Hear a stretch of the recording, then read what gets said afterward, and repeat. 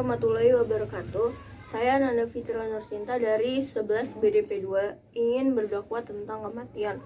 Pertama-tama, mari kita memanjatkan puji dan syukur kita kehadirat Allah Subhanahu wa Ta'ala yang telah memberikan kenikmatan yang tak terhingga, mulai dari nikmat iman dan Islam.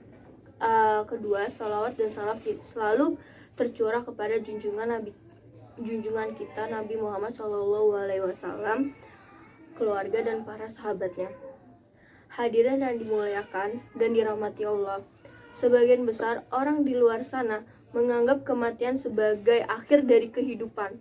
Padahal menurut Al-Quran, kematian dimaknai sebagai perpindahan dari dunia fana ke kehidupan yang kekal di sisi Allah Subhanahu wa Ta'ala. Bagaimana sebaliknya sikap seorang muslim terhadap kematian? Hal yang pertama harus kita sadari adalah kematian pasti akan datang kepada siapapun yang hidup. Banyak dalil yang menjelaskan tentang kematian.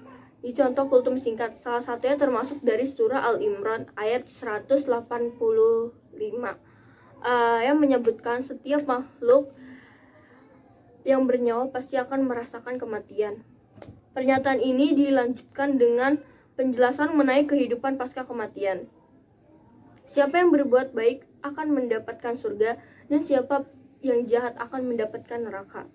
Pernyataan ini ditutup dengan pernyataan yang menyebutkan bahwa kehidupan dunia adalah kesenangan belaka yang memperdaya.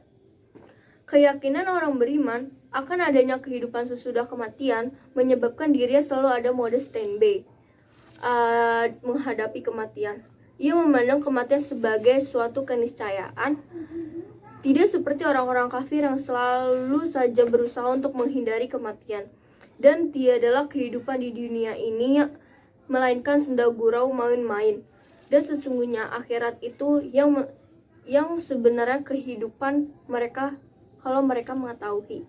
Dari Quran surah Al-Ankabut ayat 64. Dari satu ayat tersebut terkandung pelajaran bahwa ada kehidupan pasca kematian yang berguna untuk membalas semua perbuatan jahat dan baik manusia selama hidup di dunia. Tentu saja, tak seorang pun akan merasakan hal ini kecuali orang-orang yang sudah meninggal. Hadirin yang dimuliakan dan dirahmati Allah, seorang muslim memperbanyak mengingat kematian itu sendiri. Sebab ada banyak manfaat yang bisa kita dapatkan dari mengingat kematian. Misalnya, membuat seseorang takut berbuat jahat, baik pada diri sendiri maupun orang lain, karena kematian akan datang sewaktu-waktu tanpa permisi.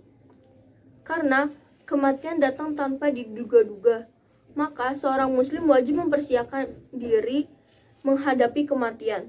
Tentu saja, cara menghadapi kematian itu dengan memperbanyak beramal baik yang berhubungan secara horizontal antar manusia dan vertikal kepada Allah.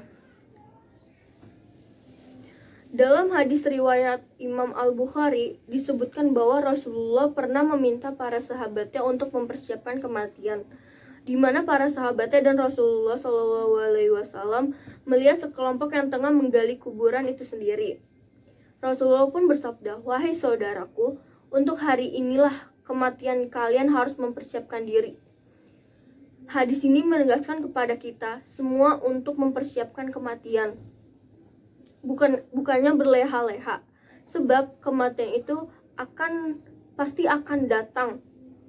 Hadirin yang dimuliakan dan dirahmati Allah, dengan demikian seorang muslim sebaiknya memperhatikan 3 hal di atas berkait dengan kematian. Di pengunjung contoh kultum ini, kita panjatkan doa kepada Allah agar dijauhkan dari kematian yang buruk dan diberikan kematian indah yang diridhoi oleh Allah. Wabillahi taufiq wa hidayah. Wassalamualaikum warahmatullahi wabarakatuh.